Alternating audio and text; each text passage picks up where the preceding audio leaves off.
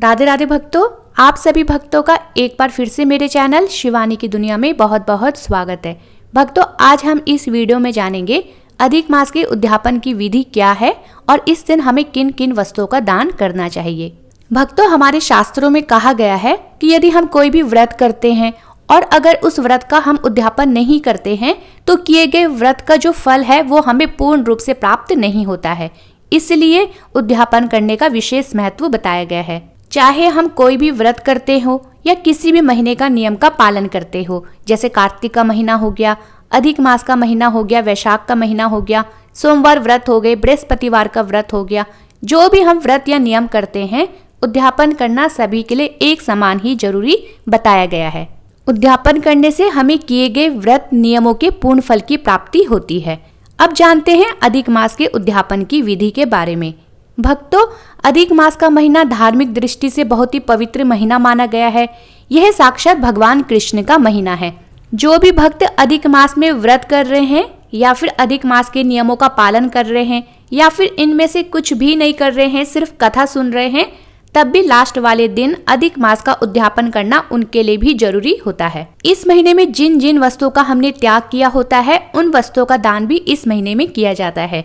अधिक मास के उद्यापन में 7 चीजों का दान सबसे जरूरी बताया गया है। अगर हम अधिक मास के उद्यापन में इन 7 चीजों का दान करते हैं तो हमें पूरे महीने का फल तो मिलता ही है, साथ में हमारे 7 जन्मों के पाप भी नष्ट होते हैं।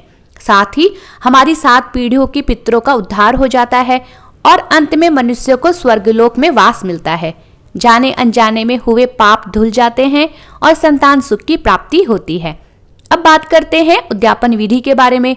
भक्तों, अधिक मास का उद्यापन हम एकादशी को कर सकते हैं, नवमी को कर सकते हैं, द्वादशी को कर सकते हैं, अष्टमी को कर सकते हैं या चतुर्दशी को कर सकते हैं। जब भी आपकी इच्छा हो हम इन तिथियों में उद्यापन कर सकते हैं।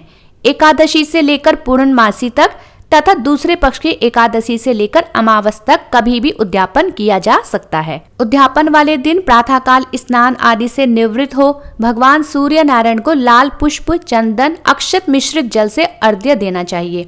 उसके बाद भगवान श्री हरि की विधि विधान से पूजा करनी चाहिए।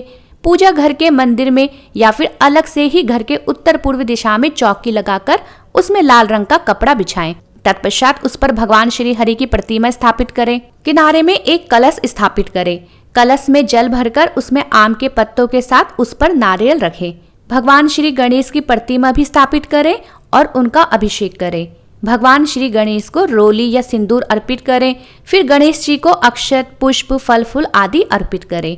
तत्पश्चात भगवान श्री हरि के सामने हाथ में जल, पुष्प और अक्षत लेकर भगवान श्री हरि विष्णु का ध्यान करते हुए उनसे कहें कि मैंने आपके निमित्त जो भी अधिक मास में व्रत नियम आदि किए हैं उसका मैं उद्यापन कर रही हूँ। ऐसा बोलकर हाथ में लिए गए अक्षत, पुष्प और जल को जमीन में छोड़ दें। उसके बाद भगवान श्री हरि की विधि विधान से पूजा करें। उद्यापन वाले दिन ब्राह्मण को भोजन कराएं। ब्राह्मण को भोजन के पश्चात 7 चीजों का दान करना चाहिए। पहला दान है तुलसी दान। इस दिन एक गमले में तुलसी लगाकर ब्राह्मण को तुलसी का दान करना चाहिए। दूसरा दान तेल या घी का दान होता है जो दीप दान के लिए करना चाहिए। ये दान करते हुए आप ब्राह्मण से बोले कि ये तेल और घी का दान मैं मंदिर में जोत जलाने के लिए दे रही हूँ। तीसरा दान होता है वस्त्र और बर्तन का दान। चौथा दान होता है अन्न दान। अन्न दान सबसे महत्वपूर्ण माना जाता है। 5वां दान होता है गौदान। लेकिन गौदान करना संभव ना हो तो चांदी की छोटी सी गाय लाकर उसका दान कर सकते हैं। और अगर ये भी संभव नहीं हो तो अपनी सामर्थ्य अनुसार पैसे लेकर उनसे गौदान का संकल्प लेकर दान करना चाहिए। छठा दान होता है तिल का दान, जो बहुत ही शुभ माना जाता है। माना जाता है तिल का दान करते समय जितने तिल होते हैं उतने ही सालों तक मनुष्य वैकुंठ लोक में निवास करता है तथा उतने ही जन्मों के उसके पाप नष्ट हो जाते हैं। 7वां दान है श्रीमद् भागवत का दान। इस दान को करने से सभी पाप नष्ट होते हैं, संतान धन की प्राप्ति होती है और पितृदोष से मुक्ति मिलती है। इसके अलावा अधिक मास में 33 मालपुओं को कांसे के बर्तन में रखकर दान अवश्य करना चाहिए। माना जाता है कि ऐसा करने से धर्म, अर्थ और मोक्ष की प्राप्ति होती है। अधिक मास में मालपुए के दान का विशेष महत्व होता है। यदि आप व्रत ना भी करें तो भी हमें मालपुए का दान अवश्य करना चाहिए। भक्तों, उम्मीद करती हूँ आपको मेरे द्वारा दी गई जानकारी पसंद आई हो। वीडियो पसंद आई हो तो मेरा ये चैनल लाइक, शेयर और सब्सक्राइब करना ना भूलें।